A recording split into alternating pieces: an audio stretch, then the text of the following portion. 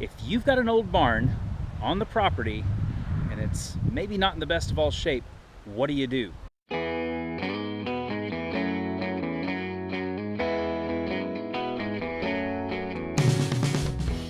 Hello everybody and welcome to day 15 of the 40-day cultivating real life homestead challenge.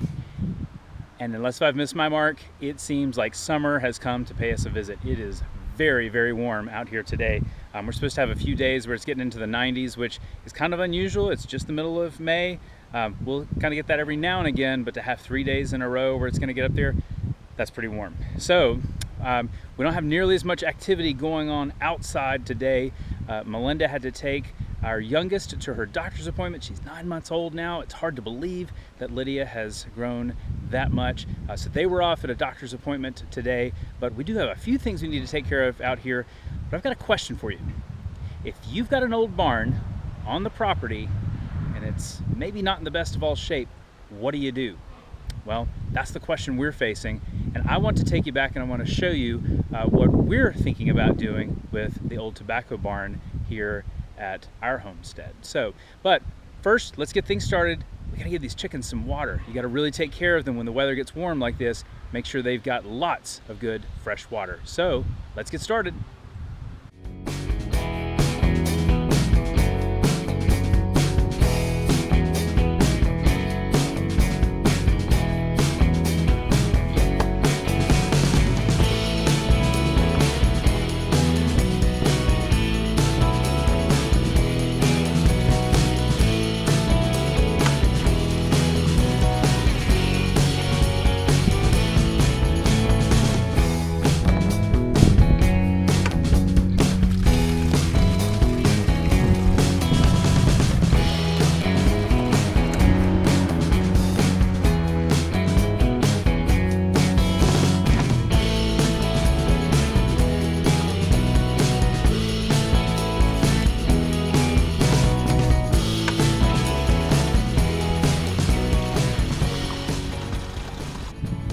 Well, those girls were really excited to be able to get some fresh water. Even though we had given them some this morning, it's just so hot.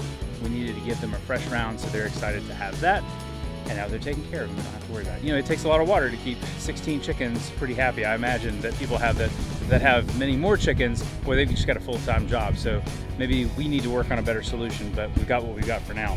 So far, our sunflowers are looking pretty good, but I'm gonna give them a little bit of water. They're still really, really tender, and with it being so hot, we wanna make sure they get an extra dose of water during these warm days. I really like this solution that Melinda came up with for keeping the chickens out of the sunflowers and giving them some protection while they grow. Hopefully, these sunflowers are gonna get to be really big and just kind of take over this entire area. So I posed a question a few minutes ago. I was just saying, what do you do if you have an old barn, an old tobacco barn that's on the property, but maybe it's not in the best of all shape? Well, like I said, that's our situation. I want to look back a few days ago and I want to show you what it was that I saw when I went in the barn and also talk with you a little bit about what we're thinking about doing. So let's go check that out. So if you've watched this for any length of time, you've probably heard a little bit about the barn, the tobacco barn that's on the property here. And the barn, it's, I don't know, I struggle with this. It's not the prettiest thing in the world, but it's not the ugliest thing in the world at the same time.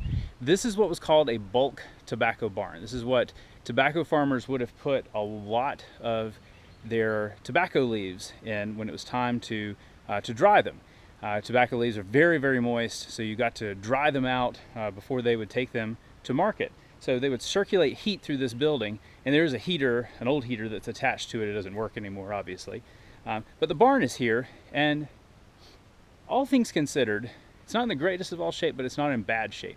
But one of the things that I want to do is I want to look inside. We know that the roof cap is missing, so I'm just going to kind of do a quick assessment. I just want to see what things look like. We know there's some rotting and some damage inside, so we really just want to see what do we have to do in order to keep this standing.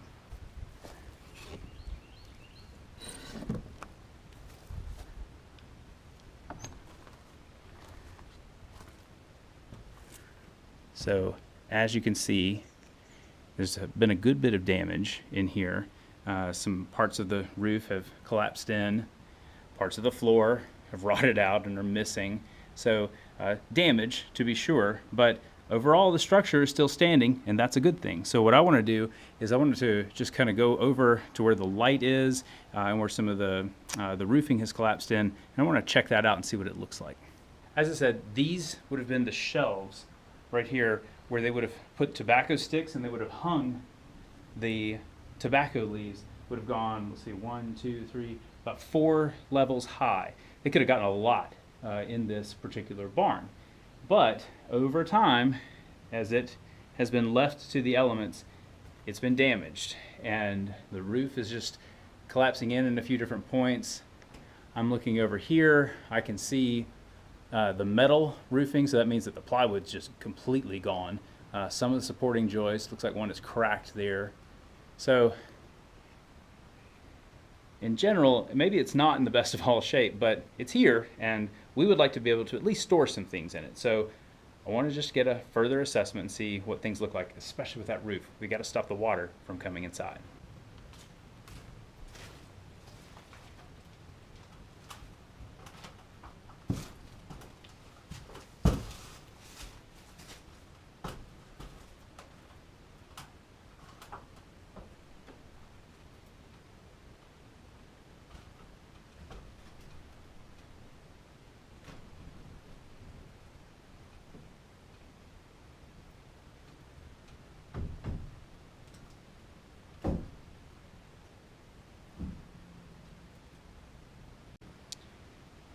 So pretty cool looking inside this barn. You know, there is damage, like we talked about, and it's not insignificant, but I also don't think it's something that we can't overcome. And what I'd like to do is to try to just figure out some costs about being able to put in maybe some new roofing. The plywood boards are probably the parts that are in the worst shape, and then there's some flooring boards.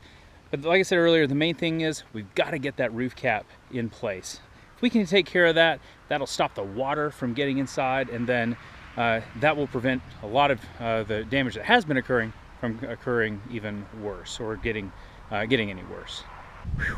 I'm glad this is why we normally do a lot of our chores in the morning. It's just really warm out here this afternoon, and this is not comfortable, but it's the way it is. If we didn't like that, we probably shouldn't live in the South. So we're very used to it. It's just the way it is. So, but Melinda and I were talking earlier today, and we've gotten a few more plant deliveries. So I'm going to turn it over to her. I want her to tell you a little bit about some of the challenges that we're facing, because our garden is starting to get a little full, and yet we still got a few things that are arriving. So let's go see what's going on over there. Melinda and Lydia here at The Oaks, Cultivating Real Life, the Modern Homesteader. We are going to take a look. We got a package in the mail. It was the sweet potatoes. I had forgotten I ordered them back in January, and now we need to make sure we have room in on our area for a sweet potato patch. Let's see what area might work when we plant them tomorrow. Ideally, the sweet potatoes need very loose, well-drained soil. I'm not sure what sunny, loose, well-drained soil spots we have left. We certainly don't have any broken up. Let's see what we can find. We might be able to put them up here, kind of beside the garden. The soil would be pretty good. We might be able to put them here in front of our garden. Let's see. Unfortunately, none of the area behind me is not really well drained. It's very wet. When it rains, it puddles up over here since we haven't done any grading. So I don't think any of that would be so smart. Well, I don't know. We're going to have to make a decision and get them in the ground. They can last wrapped up in a wet paper towel for another day or two, but my hope is we get them in the ground tomorrow. All right, well, I left Anna in the garden watering a little bit. It looks like we have half of a garden row left. on one, and then one whole other garden row, which we could possibly do either our sweet potatoes or our watermelons. And boy, this hand watering is crazy. I am ready to get some soaker hoses for our rows, so it'll be a little bit easier. That will come in the next couple of days, but our tomatoes we transplanted are doing great. I'll give another update tomorrow. Well, there you have it. That's a look at day 15 of the 40-day Cultivating Real Life Homestead Challenge. Man, I just can't believe we're already at day 15. This is going by seemingly really quickly. Well, we got a few more things left on the docket today, but we're gonna put the camera away. We said goodbye to Melinda's dad yesterday. He headed back home after a great visit with us here for about a week, and we have a special thing coming up tomorrow.